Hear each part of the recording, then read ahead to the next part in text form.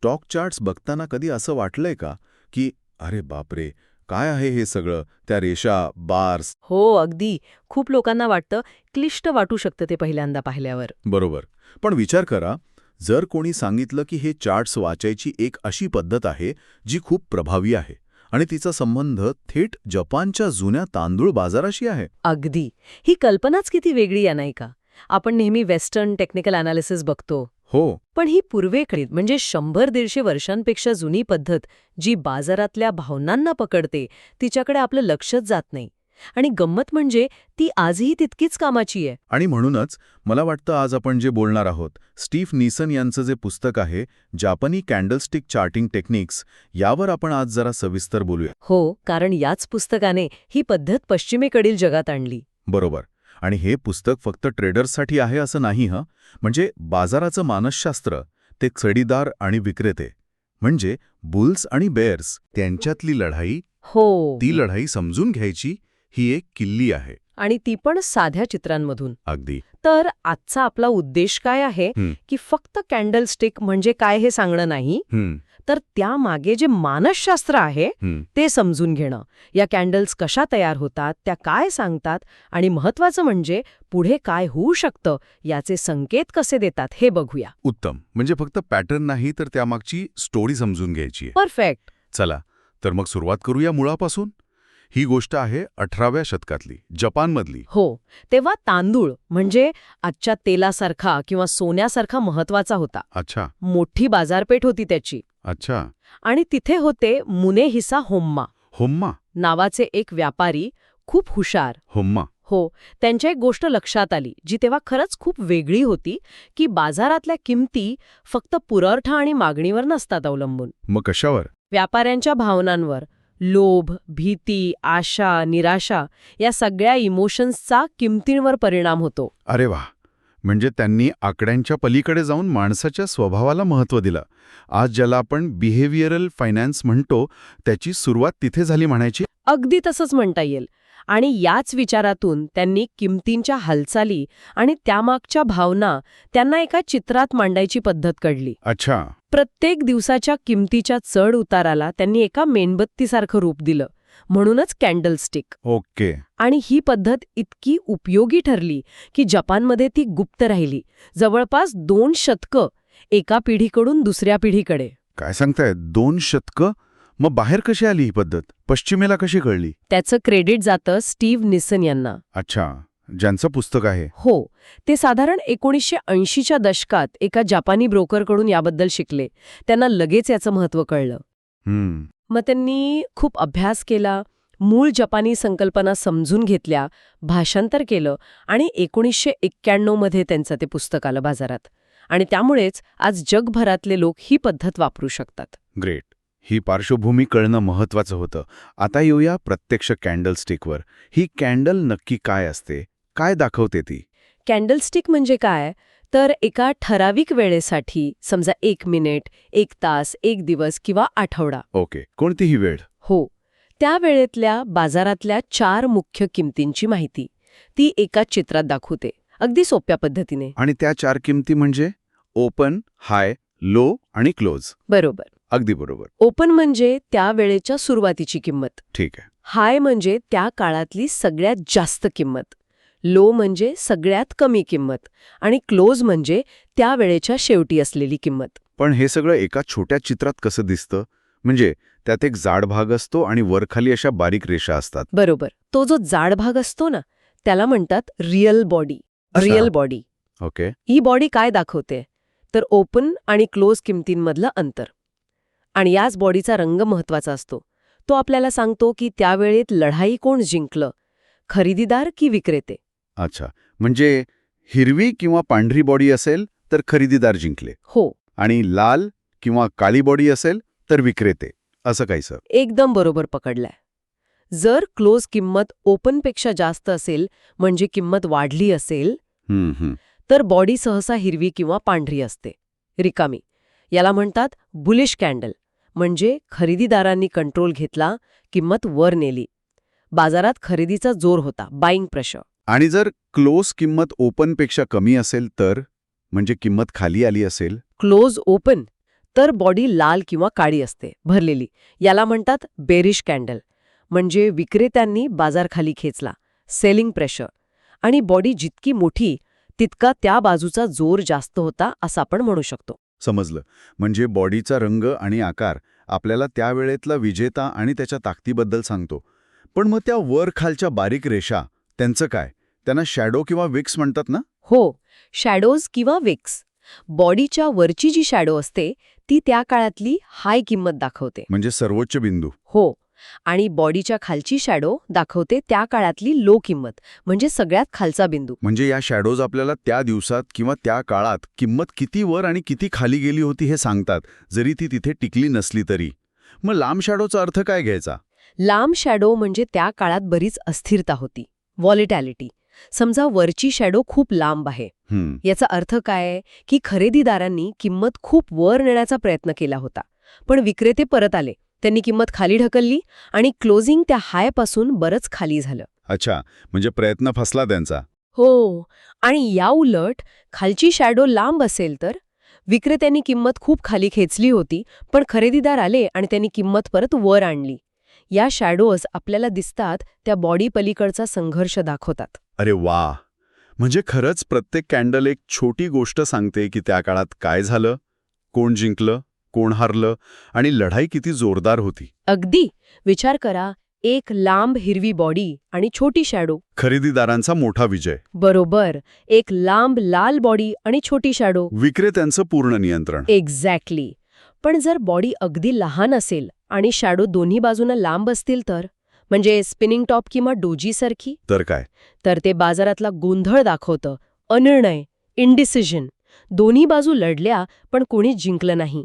अशा वेळी अनेकदा बाजार दिशा बदलण्याची शक्यता असते. हे खरंच खूप इंटरेस्टिंग आहे. पण निसन म्हणतात की खरी मजा एका कॅन्डलमध्ये नाही, तर त्या एकत्र येऊन जे पॅटर्न्स बनवतात त्यात आहे. इथून पुढे खरी गोष्ट सुरू होते, नाही का? बरोबर. जसं अक्षरं एकत्र येऊन शब्द बनतात, शब्द एकत्र येऊन वाक्य बनतं आणि मग अर्थ स्पष्ट होतो. तसंच कॅन्डलस्टिक्सचं आहे. एक कॅन्डल काहीतरी सांगते, पण 2-3 कॅन्डल्स एकत्र येऊन एक विशिष्ट रचना म्हणजे पॅटर्न बनवतात, तेव्हा त्यातून बाजाराच्या संभाव्य पुढच्या चालीबद्दल जास्त कळतं.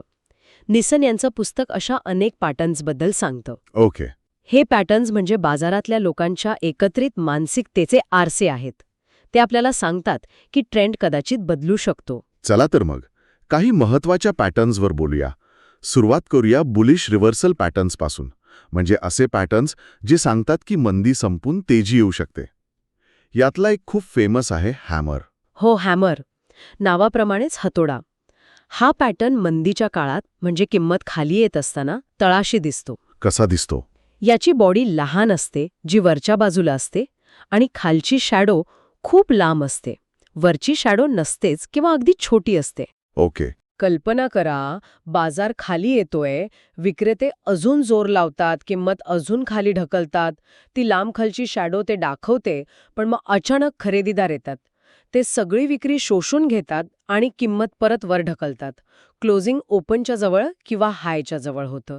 जणू त्यांनी मंदीवर हातोडा मारून तळ निश्चित केला. वा! म्हणजे खरंच एका पुनरागमनाची गोष्ट आहे. पुढचा पॅटर्न आहे बुलिश एंगल्फिंग. म्हणजे काहीतरी गिळंकृत केलं जातंय. अगदी. एंगल्फ म्हणजे गिळणे. हा 2 कॅन्डलचा पॅटर्न आहे. पहिली कॅन्डल असते छोटी आणि लाल, बेरिश, म्हणजे मंदी चालू आहे. पण त्यानंतर लगेच एक मोठी हिरवी बुलिश कॅन्डल येते आणि तिची बॉडी पहिल्या लाल कॅन्डलच्या पूर्ण बॉडीला अक्षरशः झाकून टाकते, गिळून टाकते. म्हणजे तिचा ओपन पहिल्याच्या क्लोजपेक्षा खाली आणि क्लोज पहिल्याच्या ओपनपेक्षा वर. बरोबर. हे काय दाखवतं की खरेदीदार इतक्या ताकदीने आले की त्यांनी आदल्या दिवसाच्या नकारात्मकतेला पूर्णपणे पुसून टाकलं. हा खूप पॉवरफुल तेजीचा सिग्नल मानला जातो. जबरदस्त. आणि तिसरा? Morning star. ही नाव ऐकूनच काहीतरी चांगलं वाटतंय. सकाळचा तारा. हो ना. हा 3 कॅन्डलचा पॅटर्न आहे आणि हा खरंच मंदीनंतरच्या आशेचे प्रतीक आहे. कसा? पहिली कॅन्डल मोठी लाल बेअरिश असते, म्हणजे अजून मंदीचा प्रभाव आहे. ओके. दुसरी कॅन्डल अगदी लहान बॉडीची असते, स्टार म्हणतात तिला. ती हिरवी, लाल किंवा डोजी असू शकते आणि ती पहिल्या कॅन्डलच्या बॉडीपासून थोडं खाली गॅप देऊन उघडते. ही स्टार काय दाखवते ही बाजारातला गोंधळ, थांबा, अनिर्णय दाखवते. विक्रेत्यांची ताकद कमी झालीये, पण खरेदीदार अजून पूर्ण जिंकलेले नाहीयेत. आणि मग तिसरी कॅन्डल? तिसरी कॅन्डल मजबूत, हिरवी, बुलिश असते. ती दुसऱ्या स्टारच्या वर गॅप देऊन उघडते आणि पहिल्या मोठ्या लाल कॅन्डलच्या बऱ्यापैकी आत येऊन बंद होते. अच्छा. तर हा पूर्ण पॅटर्न काय सांगतो? मंदीचा अंधार, पहिली कॅन्डल, मग एक छोटा आशेचा किरण किंवा थांबा, स्टार, आणि मग तेजीची नवी पहाट, तिसरी कॅन्डल. खूपच छान समजावून सांगितलं. आता याच्या विरुद्ध बाजू बघूया. बेरिश रिव्हर्सल पॅटर्न्स, म्हणजे तेजी संपून मंदी येऊ शकते याचे संकेत देणारे. यातला पहिला हँगिंग मॅन, हा हॅमरसारखाच दिसतो म्हणालात मगाशी. हो, अगदी. दिसतो हॅमरसारखाच. लहान बॉडी, वर लांब खालची शॅडो. पण फरक काय? हा तेजीच्या शिखरावर दिसतो, अपट्रेंडच्या टॉपला. मग इथे अर्थ बदलतो का? नक्कीच. मानसशास्त्र वेगळं आहे इथे. बाजार तेजीत आहे, वर जातोय. पण या दिवशी काय झालं? विक्रेत्यांनी जोरदार प्रयत्न केला आणि किंमत खाली खेचली, लांब खालची शॅडो. जरी खरेदीदारांनी पुन्हा जोर लावून क्लोजिंगवर नेलं असलं, तरी दिवसातला हा संघर्ष काय दाखवतो? की तेजीच्या किल्ल्याला तडे जात आहेत. विक्रेते सक्रिय झाले आहेत. हा एक धोक्याचा इशारा आहे. जणू काही तेजी आता फासावर लटकली आहे म्हणून हँगिंग मॅन. बापरे, म्हणजे फक्त जागा बदलली की अर्थ पूर्णपणे बदलला. आता बेरिश एंगल्फिंग हे तर बुलिश एंगल्फिंगच्या उलट असणार, बरोबर? बरोबर. इथे पहिली कॅन्डल लहान, हिरवी, बुलिश असते. तेजी चालू आहे. हो. त्यानंतर एक मोठी लाल बेरिश कॅन्डल येते, जी पहिल्या हिरव्या कॅन्डलच्या बॉडीला पूर्णपणे गिळून टाकते. अच्छा. हे स्पष्टपणे दाखवतं की विक्रेत्यांनी इतक्या ताकदीने कंट्रोल मिळवलाय की आदल्या दिवसाची सगळी सकारात्मकता त्यांनी पुसून टाकली. हा मंदीचा एक भक्कम संकेत आहे. स्पष्ट आहे. आणि शेवटचा महत्वाचा reversal pattern, evening star. Morning स्टारचा भाऊ, पण विरुद्ध स्वभावाचा. अगदी तसंच. हा पण 3 कॅन्डल पॅटर्न आहे आणि तेजीच्या टॉपला दिसतो. पहिली कॅन्डल मजबूत, हिरवी, बुलिश, तेजीचा जोर दाखवते. दुसरी कॅन्डल लहान बॉडीची, स्टार, जी पहिल्यापासून थोडं वर गॅपमध्ये उघडते. ही स्टार काय सांगते इथे? ही सांगते की तेजी थांबली आहे किंवा बाजारात आता संभ्रम आहे. खरेदीदारांचा जोर कमी झालाय. ओके. आणि तिसरी कॅन्डल मजबूत लाल बेरिश असते. ती दुसऱ्या स्टारच्या खाली गॅप देऊन उघडते आणि पहिल्या हिरव्या कॅन्डलच्या बऱ्यापैकी आत येऊन बंद होते. म्हणजे मॉर्निंग स्टारच्या अगदी उलट प्रतिमा. बरोबर. हा पॅटर्न सांगतो तेजीचा कळस, पहिली कॅन्डल, मग शंका किंवा थांबा, स्टार, आणि त्यानंतर मंदीची संध्याकाळ, तिसरी कॅन्डल, रिव्हर्सलची शक्यता वाढते. वा, हे पॅटर्न्स खरंच बाजाराच्या भावनांचा एक्सरे काढल्यासारखे वाटतात. पण इथेच स्टीव्ह निसन आपल्याला एक महत्वाची गोष्ट सांगतात. ते म्हणतात की ही काही जादूची कांडी नाहीये. अजिबात नाही. हे सगळं मानसशास्त्र आहे आणि त्याला संदर्भ खूप महत्वाचा आहे. याबद्दल जरा जास्त सांगाल का? म्हणजे फक्त पॅटर्न दिसला म्हणून लगेच उडी मारणं धोकादायक का असू शकतं? हा खूप महत्वाचा मुद्दा आहे. निसन स्पष्ट करतात की कॅन्डलस्टिक पॅटर्न हा फक्त एक संकेत आहे, हमी नाही, सिग्नल आहे, गॅरंटी नाही. ओके. तो फक्त संभाव्यता दर्शवतो. तो बदल होईलच याची खात्री नसते, कारण बाजारात एकाच वेळी अनेक गोष्टी घडत असतात. म्हणजे संदर्भ म्हणजे नक्की काय? तो पॅटर्न कुठे बनतो हे महत्वाचं आहे का? अगदी. संदर्भ म्हणजे तो पॅटर्न चार्टवर कुठे दिसतोय, त्यावेळचा मोठा ट्रेंड काय आहे, तेजीचा की मंदीचा, व्हॉल्यूम कसा आहे, म्हणजे खरेदी विक्रीचं प्रमाण किती आहे. अच्छा. आणि सर्वात महत्वाचं म्हणजे तो पॅटर्न एखाद्या महत्वाच्या पातळीवर, म्हणजे सपोर्ट किंवा रेझिस्टन्स जवळ बनतोय का. याचं उदाहरण देऊ शकाल का? सपोर्ट किंवा रेझिस्टन्स म्हणजे काय आणि तिथे पॅटर्न दिसल्यास काय होतं? नक्कीच. समजा किंमत खाली येत आहे आणि एका पातळीवर येऊन ती आधी पण 2-3 वेळा थांबून वर गेलीये. त्याला आपण सपोर्ट लेवल म्हणतो. ठीक आहे. आता जर त्याच सपोर्ट लेवलवर आपल्याला हॅमर पॅटर्न दिसला, तर तो जास्त विश्वासार्ह मानला जातो. कारण तिथे किंमत थांबण्याची नैसर्गिक शक्यता आधीच आहे आणि हॅमर पॅटर्न त्या शक्यतेला दुजोरा देतो. आणि याच्या उलट जर किंमत वर जात असेल आणि एका पातळीवर जाऊन वारंवार खाली येत असेल, म्हणजे रेझिस्टन्स लेवल, हो, आणि तिथे जर हँगिंग मॅन किंवा बेरिश एंगल्फिंग सारखा पॅटर्न दिसला तर स्टिकला वेस्टर्न टेक्निकल एनालिसिसच्या साधनांची जोड द्या.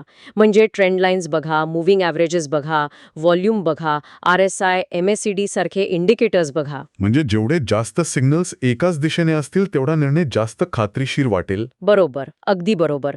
समजा एका शेअरची किंमत वरच्या ट्रेंड लाईनवर सपोर्ट घेतेय, तिथेच एक बुलिश एंगल्फिंग पॅटर्न बनतोय आणि त्याच वेळी व्हॉल्यूम पण नेहमीपेक्षा जास्त आहे.